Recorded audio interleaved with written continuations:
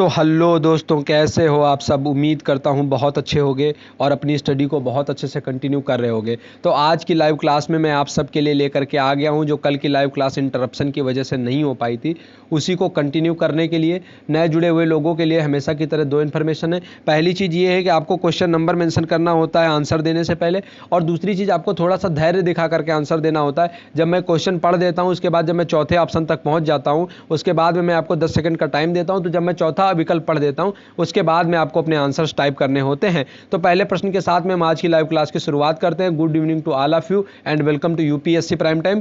पहले प्रश्न पर ध्यान दीजिए। हमारा आज का पहला प्रश्न है, विश्व की छत किस पठार को कहा जाता है। टॉप 10 क्वेश्चंस पर आज हम बात कर रहे हैं। विश्व की छत किस पठार को कहा जाता है। ऑप्शन ए तिब्बत के पठार को, ऑप्शन बी पामीर के पठार को, ऑप्शन सी शान के पठार को, या फिर ऑप्शन डी इनमें से कोई नहीं। तो एक लिख करके फिर ए टाइप कर दीजिए तिब्बत का पठार कहने के लिए, बी टाइप कर दीजिए पामीर का पठार कहने के लिए, सी टाइप कर दीजिए शान का पठार कहने के लिए, और डी टाइप कर दीजिए इनमें से कोई नहीं कहने के लिए। एशिया महाद्वीप से जुड़े हुए सभी प्रश्नों पर आज हम बात कर रहे हैं। तो सभी लोगों के आंसर फटाफट टाइप कर दीजिए, मैं वेट कर रहा हूं आप सबके आंसर का।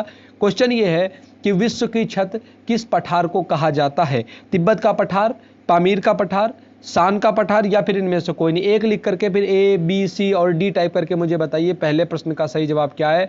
मैं आपको 10 सेकंड का समय दे रहा हूं। मैं आप सबका सभी लोगों का वेट कर रहा हूं। जल्दी जल्दी सभी लोग लाइव आ जाइए और पहले प्रश्न का आंसर देना स्टार्ट कीजिए यहां से, और मुझे बताइए इस प्रश्न का सही जवाब क्या है। जो विश्व की छत है ये किस पठार को कहा जाता है। क्वेश्चन नंबर लिख दीजिएगा, उसके बाद में आंसर कीजिएगा हमेशा की तरह। 1 2 3 लिखना है, फिर ए बी सी जो भी सही आंसर आपको लग रहा है वो टाइप करते हुए चले जाना है। तो हमने यहां पर पूछा है कि विश्व की छत किस पठार को कहा जाता है। तो ठीक है, तो पहले प्रश्न का सही जवाब हम यहां से देख लेते हैं। जो हमारा पहला प्रश्न है इसका सही जवाब है ऑप्शन बी पामीर का पठार। दोस्तों, जो दुनिया का सबसे बड़ा पठार है क्षेत्रफल के हिसाब से देखें तो वो पठार है हमारा तिब्बत का पठार। लेकिन अगर हम ऊंचाई के हिसाब से देखेंगे तो जो सबसे ऊंचाई पर स्थित पठार है वो कौन है, वो है पामीर का पठार। तो हमारे पहले प्रश्न का सही जवाब क्या है, वो हमारा ऑप्शन बी पामीर का पठार। जो दुनिया की छत है, जो विश्व दुनिया की छत किस पठार को कहा जाता है, वो कहा जाता है पामीर के पठार को। जबकि तिब्बत का पठार जो है वो क्या है, दुनिया का सबसे बड़ा पठार है। और दोस्तों एक चीज मैं आपको बताना चाह रहा हूं, जो तिब्बत का पठार है, यहीं पर जो तिब्बत की राजधानी ल्हासा है, इसको जो जोड़ने वाला संपर्क मार्ग है, ये दुनिया का सबसे ऊंचाई पर स्थित रेल मार्ग है, जो कहां पर है, तिब्बत के पठार पर अवस्थित है। तो पहले प्रश्न का सही जवाब हो गया ऑप्शन बी पामीर का पठार। बढ़ते हैं हम आज के अपने दूसरे प्रश्न की तरफ, देख लेते हैं हमारा दूसरा प्रश्न क्या है। तो आपको बताना है कौन सी नदी है जो एशिया की सबसे लंबी नदी है। आपको बताना है एशिया कॉन्टिनेंट में सबसे लंबी नदी कौन सी है। Option A Hwang Ho, option B Yangtze नदी, ऑप्शन बी यालू नदी, ऑप्शन डी आमूर रिवर। तो दो लिख करके फिर ए बी सी और डी टाइप करके मुझे बताइए पहले प्रश्न का सही जवाब क्या है। वो कौन सी नदी है जो एशिया कॉन्टिनेंट में सबसे लंबी नदी है। अगर आप बात करेंगे दुनिया में सबसे लंबी नदी के बारे में, तो वो नदी है हमारी नील नदी, जो व्हाइट नील और ब्लू नील दोनों से मिल करके बन करके फिर जो है नील नदी बन जाती है। कौन से कॉन्टिनेंट में, वो हमारी पड़ती है कहां पर, अफ्रीका कॉन्टिनेंट में। अगर दुनिया की सबसे बड़ी नदी या फिर हम चौड़ी नदी की बात करें तो वो हमारी कौन सी है, वो है हमारी अमेजन रिवर। अमेजन रिवर हमारी कहां पर है, वो हमारी दक्षिण अमेरिका कॉन्टिनेंट में। ठीक है, इसके अलावा उत्तर अमेरिका और दक्षिण अमेरिका कॉन्टिनेंट में आप देखते हैं तो दक्षिण अमेरिका में एंडीज की पर्वतमाला है, जिसकी सबसे ऊंची चोटी है कांकागुआ। और जो हमारा नॉर्थ अमेरिका है उसकी जो सबसे ऊंची चोटी है, उसमें जो अगर हम बात करें वहां पर है रॉकीज की पर्वतमाला, और माउंट एल्बर्ट उसकी सबसे ऊंची चोटी है। जबकि जो माउंट मैकिन्ले है वो उत्तर अमेरिका की सबसे ऊंची चोटी है। और उत्तर अमेरिका में एक नदी भी बहती है जिसका नाम है मिसिसिपी मिसौरी। दो नदियां हैं जो पंजाकार डेल्टा बनाती हैं, इसलिए जानी जाती हैं। तो आपको बताना था एशिया की सबसे लंबी नदी कौन सी है। तो दोस्तों बिल्कुल सही बात है, ऑप्शन बी है इस प्रश्न का सही जवाब, यांगसे नदी। जो यांगसे क्यांग नदी है ये क्या है, ये हमारी जो एशिया है, एशिया कॉन्टिनेंट में सबसे लंबी नदी है। भारत में जैसे सबसे लंबी नदी की बात करेंगे तो भारत में बहने वाली सबसे लंबी नदी है गंगा नदी। हालांकि ब्रह्मपुत्र नदी की लंबाई भी बहुत है, सिंधु नदी की लंबाई भी बहुत है, लेकिन इन दोनों नदियों का जो ज्यादातर अपवाह क्षेत्र है वो भारत के बाहर अवस्थित है। तो भारत में अगर बहने वाली मुख्य भूमि में आप बात करेंगे तो वो हमारी कौन सी नदी है, वो है हमारी गंगा नदी। इसी तरीके से दक्षिण भारत में अगर आप देखेंगे तो गोदावरी जो नदी है, जिसे दक्षिण भारत की गंगा कहा जाता है, वो क्या है, वो दक्षिण भारत की सबसे लंबी नदी है। तो ये हो गई बात हमारे दूसरे प्रश्न की। तो हमारे दूसरे प्रश्न का सही जवाब है ऑप्शन बी यांगसे नदी। वो नदी जो एशिया की सबसे लंबी नदी है उसका नाम है यांगसी क्यांग नदी। तो दूसरे प्रश्न का सही जवाब है ऑप्शन बी यांगसे नदी। अब बढ़ते हैं हम आज के अपने तीसरे प्रश्न की तरफ। हमारा तीसरा प्रश्न है, कौन सा मरुस्थल है जहां पर चलने वाली हवा है जो सिस्टन है वो चलती है। आपको उस कंट्री का नाम बताना है। ऑप्शन ए है ईरान का मरुस्थल, ऑप्शन बी है अरब का मरुस्थल, ऑप्शन सी है नेगवे का मरुस्थल, या फिर ऑप्शन डी है कीजीकुलम। तो आपको बताना है वो कौन सा स्थान है जहां पर जो वहां का मरुस्थल है वहां पर सीस्टन नाम की हवा चलती है। जैसे भारत में आप देखते हैं दोस्तों लू हमें देखने को मिलती है। इसके अलावा अगर दुनियावी मायनों में आप देखेंगे तो कुछ हवाएं जैसे मिस्ट्रल, बोरा, इसके अलावा हमें जो है सीस्टन देखने को मिलती। ये सीस्टन के बारे में तो क्वेश्चन ही है, मिस्ट्रल है हमारी, बोरा है, ये तमाम सारी इंडिया में बात करेंगे तो लू जैसे हमारी चलती है, ये हवाएं चलती हैं, जलधाराएं चलती हैं। आपको बताना है कौन सा मरुस्थल, कौन से जो सीस्टन हवा है ये कौन से देश के मरुस्थल में चलती है, ईरान के मरुस्थल में, अरब के मरुस्थल में, नेगवे के मरुस्थल में या फिर कीजीकुलम में। तो 3 लिख करके ए टाइप कर दीजिए ईरान के लिए, बी टाइप कर दीजिए अरब के लिए, सी टाइप कर दीजिए नेगेव के लिए और कीजीकुलम के लिए टाइप कर दीजिए डी। 3 लिख करके फिर ए, बी, सी या फिर डी टाइप करके मुझे बताइए इस प्रश्न का सही जवाब क्या है। इसी तरीके से चिनूक एक हवा है, फॉन है, ये तमाम सारी जो है एक मैं स्पेसिफिक वीडियो बना दूंगा विश्व की प्रमुख जलधाराओं के बारे में, ठंडी और गर्म जलधाराओं में मैं बांट दूंगा और वहां पर आपको देखने को मिलेगा। तो वहां पे आप सारी चीजों को जो है जान जाएंगे कि कौन कौन सी हवाएं जो ठंडी जलधाराएं हैं, कौन कौन सी गर्म जलधाराएं। तो बिल्कुल तीसरे प्रश्न का सही जवाब है ऑप्शन ए, ईरान का मरुस्थल। दोस्तों ईरान का जो मरुस्थल है वहां पर सीस्टन नाम की हवा चलती, जो हवा चलती है उसे क्या कहा जाता है, जैसे भारत में लू कहा जाता है वैसे वहां पर इसे कहा जाता है सीस्टन। तो तीसरे प्रश्न का हमारे सही जवाब हो गया ऑप्शन ए, ईरान का मरुस्थल। बिल्कुल सही, काफी सारे लोग राइट आंसर्स कर रहे हैं। तो जो तीसरे प्रश्न का सही जवाब है वो ऑप्शन ए, जो सीस्टन की हवा है वो ईरान के मरुस्थल में चलती है। बढ़ते हैं आज के अपने चौथे प्रश्न की तरफ, देख लेते हैं हमारा चौथा प्रश्न क्या है। तो हमारा आज का चौथा प्रश्न है संसार की सबसे बड़ी रेशम मंडी कहलाती है। तो इस प्रश्न का आप सही जवाब बताइए, दुनिया की सबसे बड़ी रेशम मंडी कौन सी कहलाती है। ऑप्शन ए है उत्तर कोरिया कंट्री, ऑप्शन बी है दक्षिण कोरिया कंट्री, ऑप्शन सी है चाइना या फिर ऑप्शन डी है ताइवान।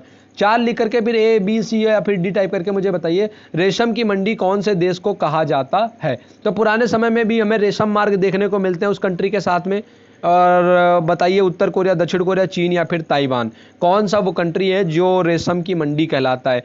जैसे दोस्तों दुनिया में अगर हम बात करें गेहूं का कटोरा, चीनी का कटोरा, क्यूबा की बात आती है, विनीपेग शहर की बात आती है। इसी तरीके से जो उपाधियां दी गई हैं किसी न किसी शहर को किसी न किसी कारण से, तो उन चीज़ों को याद रखना बहुत जरूरी है। रेशम की मंडी किसे कहा जाता है, दुनिया में रेशम की मंडी किसे कहा जाता है। जैसे जूट की बात करेंगे, भारत में पश्चिम बंगाल के हिस्सों में अत्यधिक मात्रा में जूट उत्पादन होता है। चांदी की बात करेंगे तो मैक्सिको कंट्री में चांदी का हमें बहुत बड़ा उत्पादन देखने को मिलता है। तो इस तरीके से जैसे इसी तरीके से हम देखते हैं तो हमें चिली में भी उत्पादन दिखाई देता है, कुछ चीज़ों का बड़े शीर्ष स्तर पर दिखाई देता है। मैक्सिको में हमें चांदी का उत्पादन दिखाई देता है, कजाकिस्तान में अगर हम देखते हैं, रशिया में अगर हम देखते हैं यूरेनियम का उत्पादन हमें उच्च स्तर पर दिखाई देता है। इसी तरीके से ऑस्ट्रेलिया में भी कई चीज़ों का उत्पादन उच्च स्तर पर दिखाई देता है। तो हम चौथे प्रश्न का सही जवाब यहाँ से देख लेते हैं। तो जो दुनिया की रेशम मंडी है चीन कहलाता है, चीन दुनिया में रेशम की मंडी कहलाता है, क्योंकि रेशम का जो था सबसे पहले रेशम का उत्पादन और जो तमाम सारी चीज़ें वो यहाँ से स्टार्ट हुई थी चाइना से। वैसे दोस्तों अगर मैं आपसे बात करूँ तो दुनिया का जो सबसे बेस्ट क्वालिटी रेशम है वो इंडिया में उत्पादित किया जाता है। जो हमारे कर्नाटक के हिस्से वाला पूरा जो हिस्सा है वो पूरा का पूरा रेशम का बेल्ट है, और शहतूत पर रेशम कीट का जो पालन होता है वो वहाँ पर रेशम कीट का पालन कहाँ पर किया जाता है, तो वो हमारा शहतूत का पेड़ होता है वहाँ पर किया जाता है। इसके उत्पादन के संबंध में जैसे आप सेरीकल्चर सुनते होंगे, इसके अलावा आप पीसी कल्चर सुनते होंगे, तो जो हार्टिकल्चर सुनते होंगे तो फलों की खेती है, पोमोलॉजी में फलों की खेती, हार्टिकल्चर में सब्जियों की खेती है, पीसी कल्चर है मछलियों के संबंध में जो मछलियों का मत्स्य उत्पादन से रिलेटेड है। ये जो चीज़ें हैं ये हमारी बायोलॉजी से भी जुड़ जाती हैं और हमारी फिजिक्स से भी जुड़ जाती हैं। तो चौथे प्रश्न का सही जवाब यहां से हो गया है ऑप्शन सी, चाइना। चौथे प्रश्न का सही जवाब है ऑप्शन सी, चाइना, जो रेशम की मंडी कहलाता है। अब बात करते हैं हम अपने पांचवें प्रश्न के बारे में। तो कौन सी एक झील है जिसकी सीमा 5 देशों के साथ में लगती है। ऑप्शन ए अरल सागर, ऑप्शन बी कैस्पियन सागर, ऑप्शन सी बैकाल झील या फिर ऑप्शन डी गेलिल सागर। कौन सा वो सागर या झील है, सागर लिखा हुआ है लेकिन ये है वास्तव में झीलें ही, तो कौन सी वो झील है जिसकी सीमा 5 देशों के साथ में लगती है। अजरबैजान के साथ में लगती है, एक कंट्री का नाम मैं आपको बता दे रहा हूं। ऐसे ही 4 देश और हैं जिनके साथ में इसकी सीमा लगती है, और वो कौन सी झील है आपको ये बताना है। अरल सागर है, कैस्पियन सागर है, बैकाल झील है या फिर गेलिल सागर झील है। इसी तरीके से जब मैं आपको पढ़ा रहा था north America south America continent, तो आपसे बात मैंने लेक टिटिकाका के बारे में की हुई थी, सुपीरियर झील के बारे में मैंने आपसे बात की हुई, तुर्की की वान झील के बारे में मैंने बताया हुआ है, और मैंने आपको बताया हुआ वुलर झील के बारे में भारत में बताया हुआ है। तो जैसे हमारे यहाँ पे जो वुलर झील है दोस्तों, ये एक मीठे पानी की झील है। उसी तरीके से जो लेक टिटिकाका है, लेक टिटिकाका क्या है, है कि ये दुनिया की सबसे ऊंचाई पर स्थित मीठे पानी की झील है और दुनिया में जो सबसे ऊंचाई पर स्थित नौकागम्य झील है, कौन? Lake Titicaca. उसी तरीके से जो सुपीरियर झील की बात आई थी, ये क्या है? दुनिया में जो मीठे पानी की सबसे बड़ी झीलों में से एक है, सबसे बड़ी झील है सुपीरियर झील जो है हमारी, ये क्या है? मीठे पानी की सबसे बड़ी झीलों में से एक हमें दिखाई देती है। इसके अलावा अगर हम भारत में वुलर की बात कर चुके हैं तो डल झील है जो हमें जम्मू कश्मीर में, डल और वुलर झीलें हैं कहां पर अवस्थिति की बात करेंगे तो वो हमारी है जम्मू कश्मीर में। तो आपसे मैंने यहां पर प्रश्न पूछा है कि वो कौन सा देश, वो कौन सी झील है जिसकी सीमा जो है वो 5 देशों के साथ में लगती है? अरल सागर, कैस्पियन सागर, बैकाल या फिर गिलेज। तो बिल्कुल सही जवाब, पांचवें प्रश्न का सही जवाब है ऑप्शन बी, कैस्पियन सागर। दोस्तों जो कैस्पियन सागर है इसकी सीमा क्या होती है? 5 देशों के साथ में, 5 कंट्रीज के साथ में इसकी सीमा लगती है। बाकी चीजें इन डिटेल में आपको पढ़ा चुका हूं एशिया कॉन्टिनेंट के पार्ट 2 में, वो वीडियो प्लेलिस्ट में अवेलेबल है, वहां से जाकर के आप देख सकते हैं। विश्व का भूगोल करके एक प्लेलिस्ट बनी हुई है, वहां पर वो वीडियो अवेलेबल है, लिंक सारे डिस्क्रिप्शन में, वहां से जाकर के ऐड कर सकते हैं। दोस्तों ये क्लास आप यूपीएससी प्राइम टाइम पर देख रहे हैं, अगर आपको ये क्लास पसंद आ रही हो तो क्लास अभी या फिर क्लास देखने के बाद में लाइक करना ना भूलें, और अगर अपने दोस्तों के साथ शेयर करेंगे तो हम आपके बहुत आभारी रहेंगे। तो छठे प्रश्न की तरफ यहां से हम आज के बढ़ते हैं, समय बिल्कुल भी नष्ट नहीं करते, देख लेते हैं हमारा छठा प्रश्न क्या है। छठा प्रश्न आ गया हमारा, मेसोपोटामिया की सभ्यता की जन्मभूमि कौन सी नदियां हैं जिनको कहा जाता है? यह प्रश्न किसी को भी गलत नहीं करना है, सबसे इजी क्वेश्चन है। इरावदी नदी के तट को, मेकांग नदी, दजला व फरात या फिर सीक्यांग नदी है, इसको 6 लिख करके ए टाइप कर दीजिए इरावदी कहने के लिए, बी टाइप कर दीजिए मेकांग कहने के लिए, सी टाइप कर दीजिए दजला फरात कहने के लिए और डी टाइप कर दीजिए सीक्यांग नदी कहने के लिए। मेसोपोटामिया सभ्यता की जन्मभूमि कौन सी नदियों को कहा जाता है? ऐसे ही जैसे हम भारत में देखते हैं सिंधु घाटी की सभ्यता, प्राचीन इतिहास जब हम पढ़ना स्टार्ट करते हैं शुरुआत में हमें सिंधु घाटी की सभ्यता देखने को मिलती है। अच्छा, सिंधु घाटी सभ्यता की बात आ गई तो मैं 2-3 चीजें आपको सिंधु घाटी सभ्यता से भी बता देता हूं, ठीक है। सिंधु घाटी सभ्यता की अगर आप बात करेंगे तो एक आता है जो पूछता है कि सबसे पूर्वी स्थल कौन सा है, सबसे पश्चिमी स्थल कौन सा है, सबसे उत्तरी स्थल कौन सा है और सबसे दक्षिणी स्थल कौन सा है। तो ठीक है, इसके लिए एक ट्रिक है असमदय, ठीक है, यानी कि आलमगीरपुर, सा से फिर क्या है कि सुरकोटदा, ठीक है, मां से क्या है मांडा और दा से क्या है दैमाबाद, ठीक है। तो आलमगीरपुर, सुरकोटदा और मांडा और दैमाबाद। तो जो हमारा आलमगीरपुर है ये सबसे पूर्वी स्थल है, ठीक है। इसके बाद में पश्चिमी स्थल की बात करेंगे तो सुरकोतदा है, ठीक है। अगर मांडा की बात करेंगे तो सबसे उत्तरी स्थल है और दक्षिणी स्थल की बात करेंगे तो ये है हमारा दैमाबाद। इसके अलावा अगर बहुत सारी चीज़ों की बात आती है, जैसे कहाँ पर मनके बनाने का कारखाना मिला, कौन सी साइट है। लोथल के बाद में कालीबंगा की बात, लोथल की बात आती है बंदरगाह से रिलेटेड। कालीबंगा की बात आती क्या है, काली चूड़ियों के नाम से इसे जाना जाता है। मृतकों का टीला के नाम से जाना जाता है। तो ये जो तमाम सारे फैक्ट्स हैं, ये सारी चीज़ें हम पढ़ते रहते हैं अपने यहाँ पे सभ्यता में। इसी तरीके से मेसोपोटामिया में एक सभ्यता जन्मी, हमें एक सभ्यता जो है वो हमें मिस्र में भी दिखाई देती। इसी तरीके से चीन में भी हमें क्या होता है, एक सभ्यता दिखाई देती है। आरंभिक मानव विकास हमें इन नदियों के तटों पर दिखाई देता है। तो ये दोनों नदियां कौन सी थी? छठे प्रश्न का जवाब करीब करीब सभी लोगों ने सही दिया है, ऑप्शन सी है इस प्रश्न का सही जवाब, दजला व फरात नदी। इसमें खास तौर से जो दजला नदी है इसे मेसोपोटामिया की सभ्यता की जन्मभूमि कहा जाता है। तो छठे प्रश्न का सही जवाब है ऑप्शन सी, दजला व फरात नदियां। तो ये हो गई बात हमारे छठे प्रश्न के बारे में।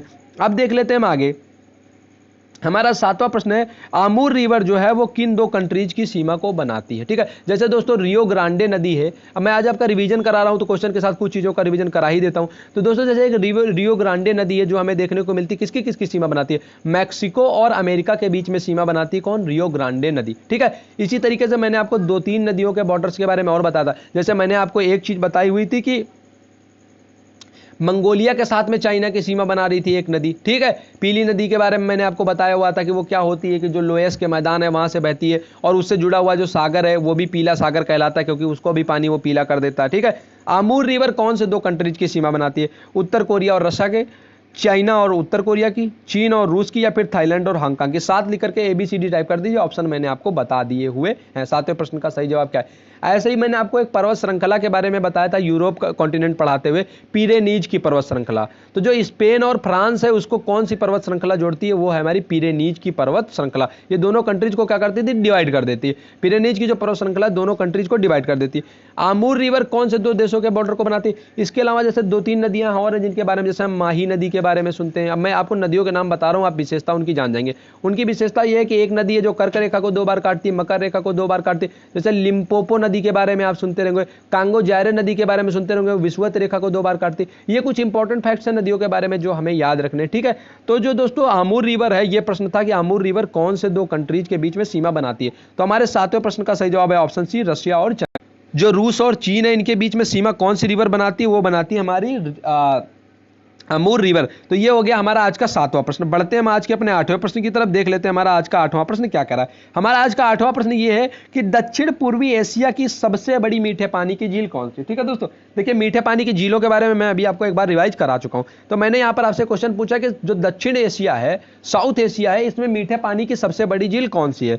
वीवा है, वानगोलू है, बाल्क्स है, या फिर टानले साप झील है? कौन सी वो झील है जो दक्षिण पूर्वी एशिया में सबसे बड़ी मीठे पानी की झील है? ठीक है, इसमें मैं आपको एक चीज अलग कर सकता हूं, मध्य एशिया में जो बाल्क्स झील है ये सबसे बड़ी मीठे पानी की झील है। आप 3 ऑप्शन बचे, बीवा, वानगोलू और टनले साप। बताइए दक्षिण पूर्वी एशिया में मीठे पानी की सबसे बड़ी झील कौन सी? जैसे मैं आपको लेक टिटिकाका, भारत में वुलर झील, इसके अलावा मैं सुपीरियर झील, इन तमाम सारी झीलों के बारे में आपको मैं बता चुका हूं। ठीक है, इसके अलावा जो ग्रेट लेक्स का क्षेत्र पड़ता है जिसमें सुपीरियर है, ह्यूरन है, इरी है, ओंटारियो है। ठीक है, तो ये जो हमें तमाम सारी झीलें जो उत्तर अमेरिका कॉन्टिनेंट में हमें देखने को मिलती है वो चीजें हम पढ़ चुके हैं, वीडियो प्लेलिस्ट में अवेलेबल है, देख सकते हैं, ज्यादा कुछ बताने की जरूरत नहीं है।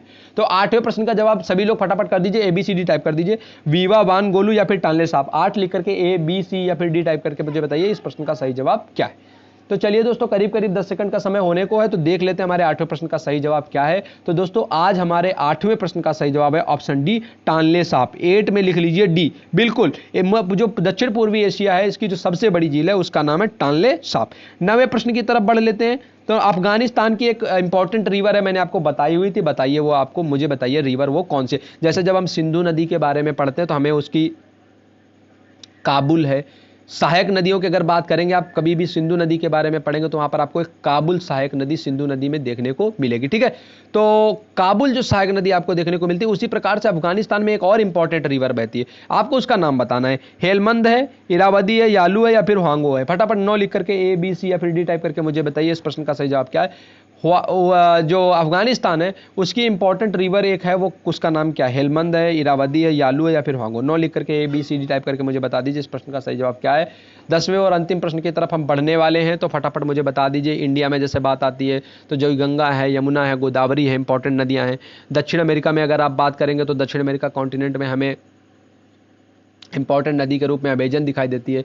दक्षिण अफ्रीका में बात करेंगे तो हमें नील एक इंपॉर्टेंट नदी दिखाई देती है। उत्तर अमेरिका में अगर आप बात करेंगे तो हमें पंजाकार डेल्टा बनाने वाली नदियां दिखाई पड़ती हैं, वो नदियां भी हमारे लिए इंपॉर्टेंट है। इसके अलावा अगर हम बात करेंगे आप मरे और डार्लिंग नदियां हमें ऑस्ट्रेलिया में दिखाई देती हैं। इसी तरीके से यूरोप कॉन्टिनेंट में भी काफ़ी सारी नदियां हैं, जो टेम्स नदी है और काफ़ी सारी नदियां जो इंपॉर्टेंट दिखाई देती हैं। रशिया में भी हमने देखा था। तो वैसे अफगानिस्तान की इंपॉर्टेंट रिवर क्या है आपको बताना था, तो बिल्कुल सही जवाब 9वें प्रश्न का सही जवाब है ऑप्शन है हेलमंद रिवर। हेलमंद रिवर जो है ये अफगानिस्तान की एक इंपॉर्टेंट रिवर है, एक महत्वपूर्ण नदी है, अफगानिस्तान की एक इंपॉर्टेंट नदी हेलमंद रिवर। तो 9वें प्रश्न का सही जवाब है ऑप्शन ए। आज के 10वें और अंतिम प्रश्न की तरफ हम बढ़ रहे हैं। ब्रोमो ज्वालामुखी पर्वत जो है वो कौन से देश में है? तो आपको बता, जैसे मैंने कल आपको कोल्डेरा के बारे में बताया था, मैंने आपको बताया था अभी लोनार झील का पानी गुलाबी हो गया था जिसके कारण ये चर्चा में आ गई थी। इस तरीके से पढ़ना थोड़ा सा आप भी कोशिश कीजिए, पढ़ना सीखे चीज़ों को। न्यूज़ जब देखा करिए तो न्यूज़ में, या न्यूज़ जब पढ़ा करिए न्यूज़पेपर, तो उनसे चीज़ों को थोड़ा सा रिमाइंड करने की कोशिश कीजिए। जब देखो लोनार झील जो थी महाराष्ट्र में, वो क्या हुआ था, उसमें आपने देखा होगा कि उसका पानी गुलाबी हो गया था जिसके कारण वो चर्चा में आ गए थे। वो है एक कोल्डेरा झील। ठीक है, कोल्डेरा झील का मतलब होता है ज्वालामुखी पर्वत पर बनी हुई झील है। वैसे ही ब्रोमो ज्वालामुखी पर्वत जो है ये भी एक कोल्डेरा का उदाहरण है। और बताइए ये जो ब्रोमो ज्वालामुखी पर्वत है ये है कौन से कंट्री में? इंडोनेशिया में है, फिलीपींस में है, जापान में है या फिर म्यांमार में है? ठीक है, जापान में जैसे हमने देखा हुआ था, जापान में भी एक इंपॉर्टेंट जो ज्वालामुखी थी उसके बारे में हमने बात किया होता, फ्यूजियामा के बारे में। ठीक है, तो आप बताइए कि ब्रोमो जो ज्वालामुखी है ये कौन से कंट्री में है? जैसे हमें भी अगर आप देखेंगे तो यहाँ जो अंडमान निकोबार वाला अपना हिस्सा है, यहाँ पर अभी अपने यहाँ पे भी ज्वालामुखी है अंडमान निकोबार वाले हिस्से में। ठीक है, तो ब्रोमो ज्वालामुखी पर्वत क्या है? 10वां प्रश्न है, 10वां और अंतिम प्रश्न है। ABCD टाइप कर दीजिए, फटाफट मुझे बता दीजिए इस प्रश्न का सही जवाब क्या है। आज की क्लास से आप सभी लोग जुड़े तो इसके लिए बहुत बहुत आभार और धन्यवाद। उम्मीद है आज की क्लास में आप सभी लोगों को बहुत सारा मजा आया होगा। तो कल शाम 8 बजे फिर लाइव क्लास होगी किसी स्पेशल टॉपिक पर, जो आज मैंने पढ़ाया हुआ है प्राचीन इतिहास में, उससे रिलेटेड होगा। जो भी होगा आपको मॉर्निंग में ग्रुप्स में इन्फॉर्म कर दिया जाएगा। चैनल पर नए हैं तो सब्सक्राइब कर लें। क्लास अगर पसंद आई है, कुछ नया सीखने को मिला है तो लाइक करें। अगर आपके कोई सुझाव हैं या आपकी कोई शिकायतें हैं तो हमें कमेंट करें। हम बिल्कुल उसे सुधारने की कोशिश करेंगे, आपके सुझावों को हम ऊपर अमल करने की कोशिश करेंगे। तो 10वें और अंतिम प्रश्न का सही जवाब हम यहाँ से देख लेते हैं। 10वें और अंतिम प्रश्न का सही जवाब है ऑप्शन ए, इंडोनेशिया। ब्रोमो ज्वालामुखी जो है वो हमारी इंडोनेशिया कंट्री में है। तो 10वें प्रश्न का सही जवाब ये हो गया है। आज की लाइव क्लास से आप सभी लोगों को जुड़ने के लिए धन्यवाद। Thank you so much. Thanks for watching this live class. Thank you.